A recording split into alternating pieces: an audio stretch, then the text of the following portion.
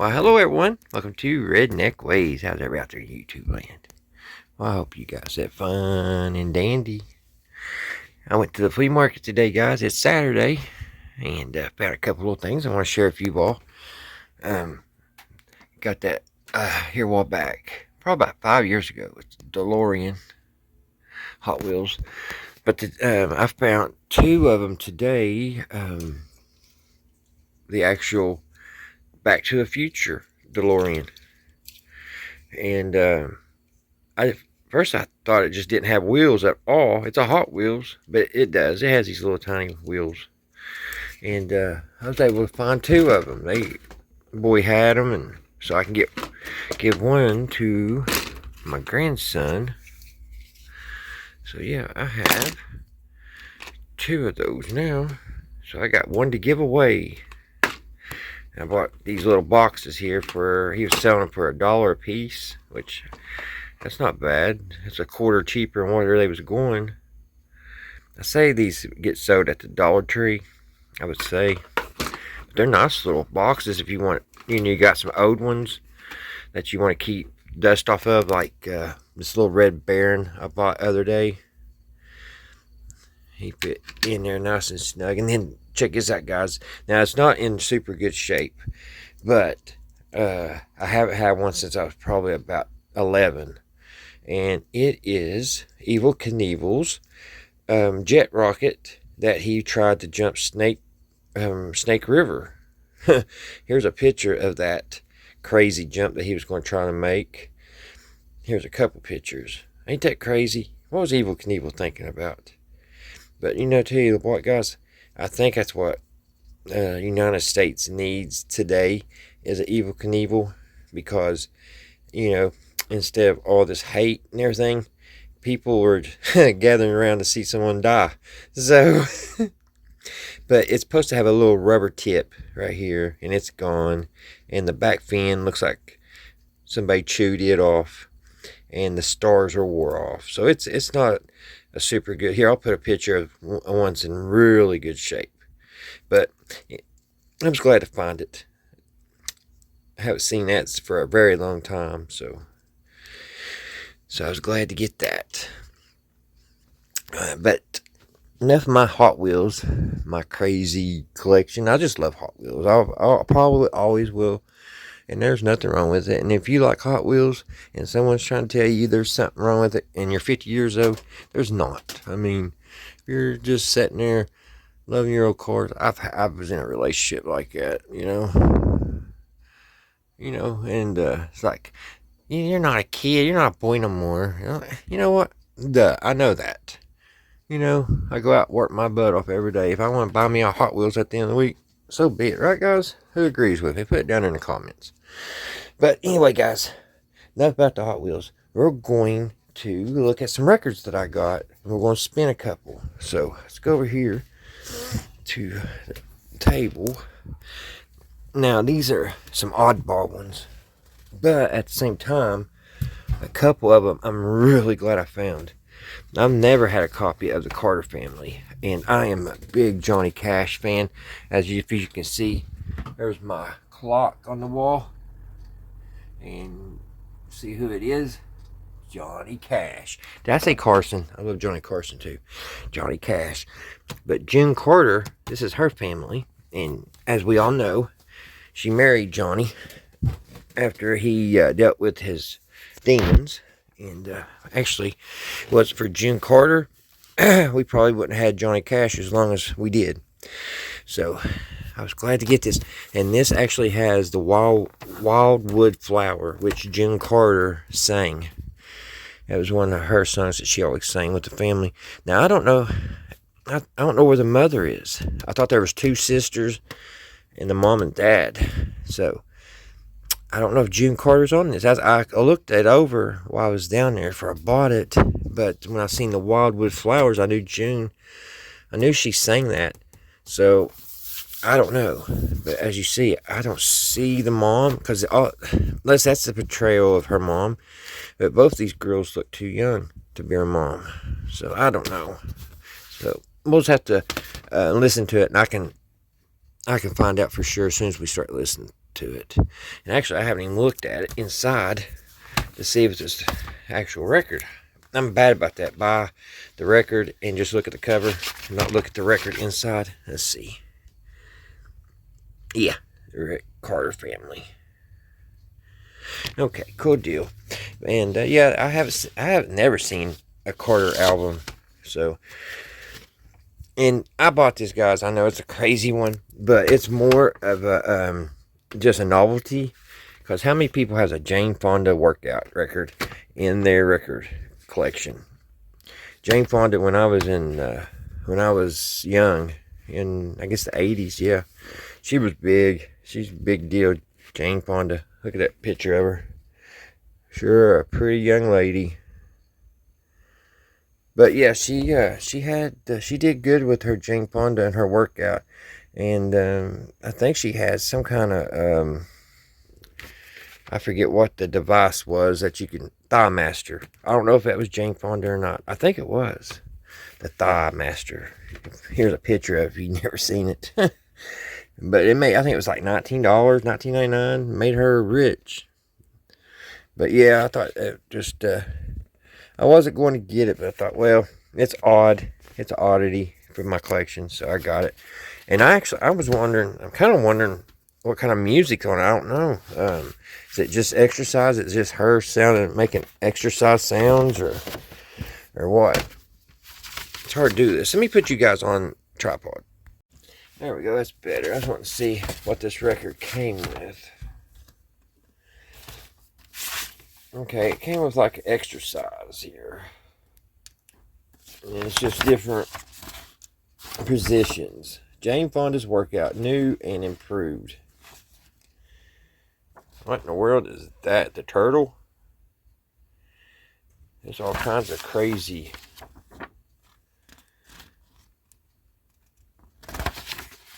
positions here. But anyway, the record looks like it's in good shape. Jane Fonda, it's there. So, like I said, that was kind of just an odd thing to buy. Now, I really like my comedy records, guys. And that's what we're going to probably listen to the most today, is this Bob Newhart. Bob Newhart, he was so funny. And I was glad to find this album. I don't think I've heard this one. Bob Newhart, the Button Down Mind Strikes Back. Button Down Mind Strikes Back. Mind Strikes Back. We'll check it out. See what that's all about. And then I'm big into Frank Sinatra. I love Frank Sinatra. Anytime I feel just aggravated and stuff, put some Frank Sinatra on, and put some old Blue Eyes on, and it seems like I get feeling a little bit better. And I bought a couple Frank Sinatras. This is Frank's greatest hits: "Stranger in the Night," "That's Life." It was very good. It was a very good year. Something. What's that? Stubo. Somewhere in Your Heart. The World We Knew. Softly as I Leave You. It's not love, it's leave. Summer Wind. This Town, Tell Her. You Love Her Each Day, When Somebody Loves You. And Forget Dolman. I don't know what that is. Kind of odd. You love somewhere in love, Impossible Dream, and others. So hopefully, okay. So I thought that we just probably not check out. I might spend a couple old francs. Can't really say probably wouldn't, but we will listen to it. Definitely we're going to listen to Bob Newhart. So, and I was wanting to, we'll wait. I'll wait and do Frank Sinatra later. But I want to check out, see if June Carter's on this album here and see, make sure she's on there and figure that one out. And then we're going to listen to Bob Newhart, guys. I don't know what year this was. It looks like Bob was pretty young then. Alrighty, let me get things set up. Guys, before we listen to that Bob Newhart, I just want to show you my fenders to the boat trailer. Got them finished. It's got the clear coat put on them. I've got to bolt everything back on. Gotta get everything back bolted on and get the rubber cleaned up and put back on. I think they turned out pretty good. Alright, let's go listen to that record. Alright guys, here we go. This is side 2.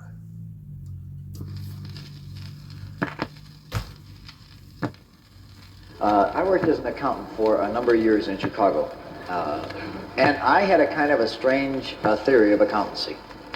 I had always felt, if you got within $2 or $3 of it,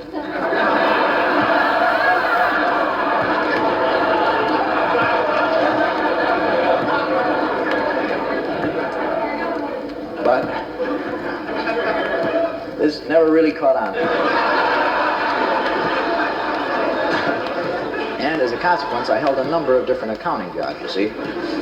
And it seemed like whenever I would go with a company, they would always be having a retirement party. And I found out one thing. They are all alike. Different people will retire, different people make the speeches. But they all say the same tired old thing.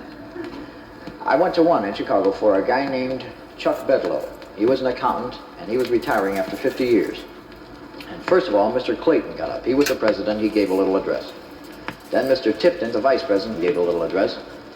And finally, Bruce Higgins, the head of the accounting department, got up and gave a little address. And he was Mr. Trite. He used every cliche that had ever been used at a retirement party. And he said things like this. Well, golly, I guess today's the day, isn't it?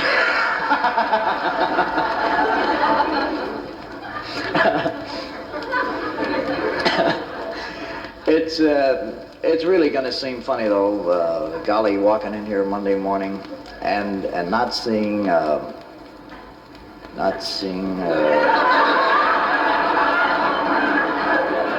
Charlie's smiling happy face there at the desk.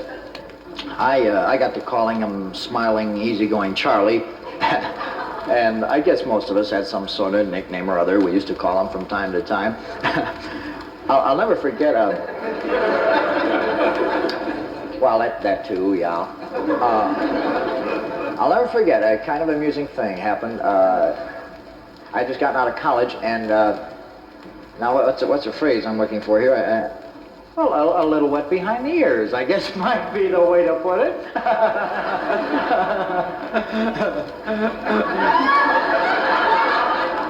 And I was made department head here.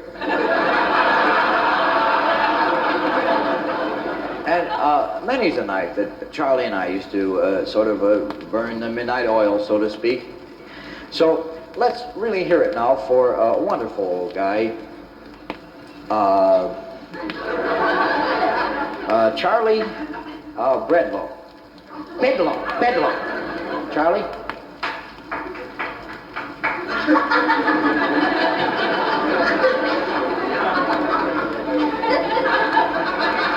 Well, thank you very much, Bruce. Yeah, I've been sitting here listening to Mr. Clayton and Mr. Tipton, and of course Bruce here, and through all of their speeches, one thought kept sort of recurring in my mind. I think I'm going to throw up.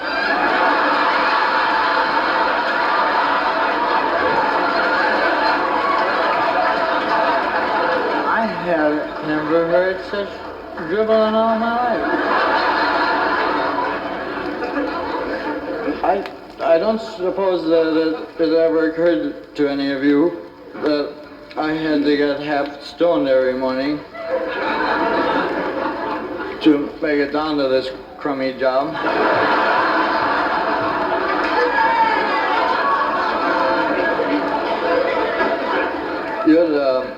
You'd be smiling and easygoing if you were gassed all the time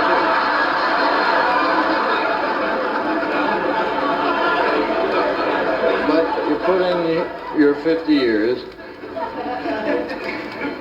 and they give you this crummy watch. I try to make a big deal out of it. It works out to about 28 cents a year.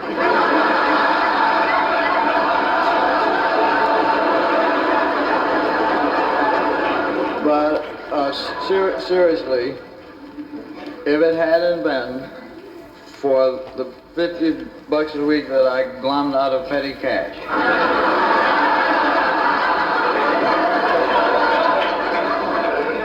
well, I couldn't have made it on the lousy salary they paid us. Oh, and then someone started the rumor about Miss Wilson, the cashier, and myself. And everyone was wondering if, when I retire and she gets back from her vacation in Florida, whether we were to get married, I suppose, and spend our declining years down there. She isn't coming back, by the way. I understand that sweet old Miss Wilson is into this company for about $100,000.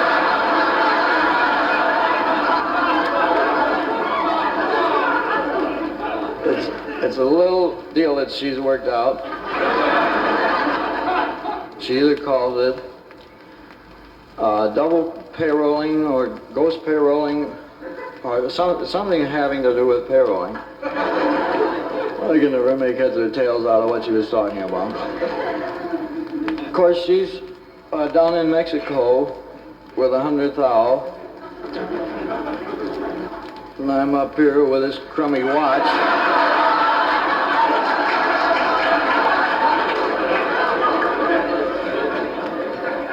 So anything that I might say, I suppose, would be sour grapes.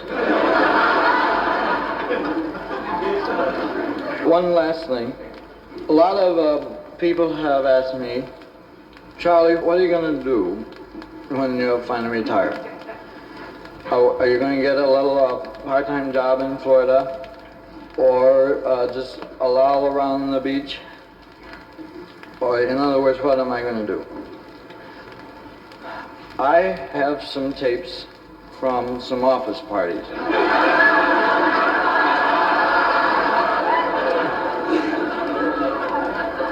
That I'm going to let go for $1,500 a copy. Now let me take that back a minute. The June picnic may run 17.5.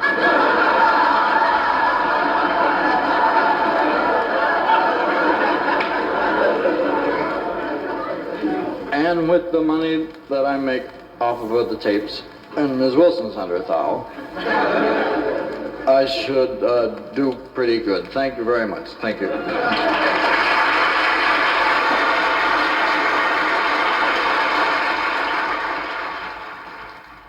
Alright guys, this is side one. I thought I'd play one on the end. I like this one really well. Here we go.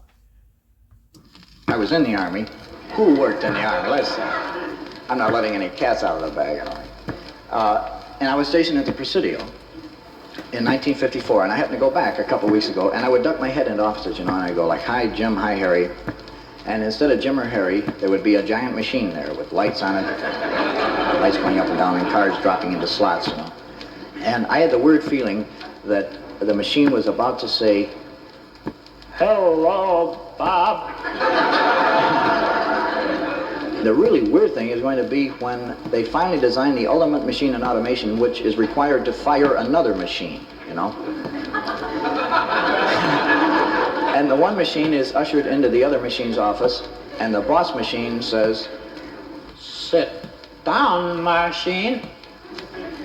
Your work has not been going too well, and we're going to have to let you go. This is a recorded message.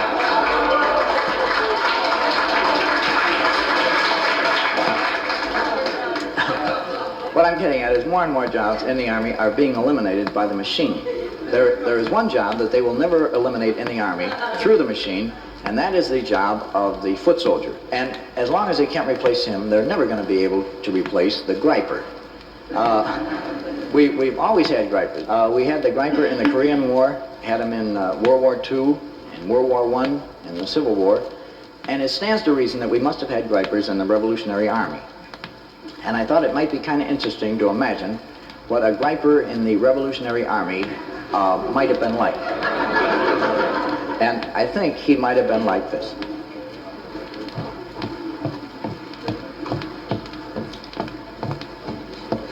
You hear what Nutty George pulled last night? The dollar across Potomac, you didn't hear about that?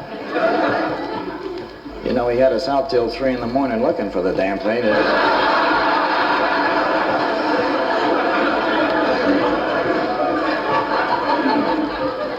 Then we finally get back to the barracks about 3 o'clock in the morning. You know what time I finally got to sleep? 5. Yeah. There's some nut flashing a light on and off in the church tower all night, for God's sake.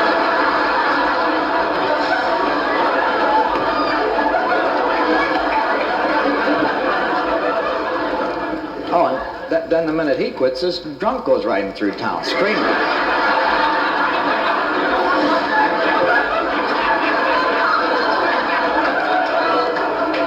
Oh, then, remember we were marching the other day?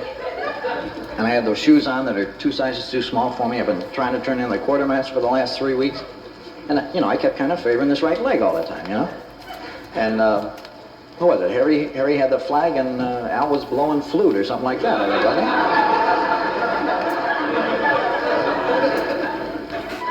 Finally, you know, I get back to the barracks, I'm soaking my feet. Sergeant walks in, he says, Washington caught it. He likes the idea of the limp and I should leave it in.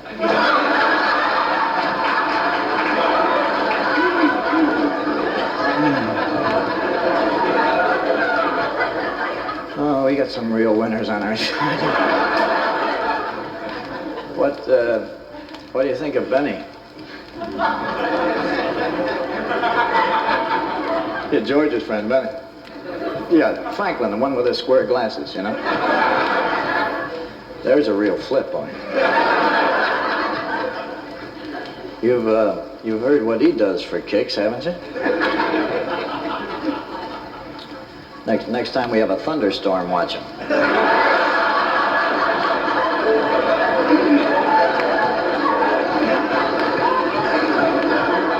Oh, then the crowning touch. Remember, we're going across the Delaware in the boat.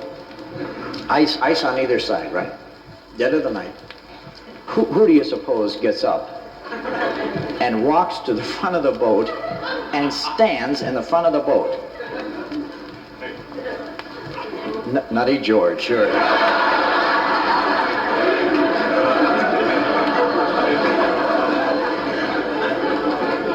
And then the guy in the other boat painting him, how about him?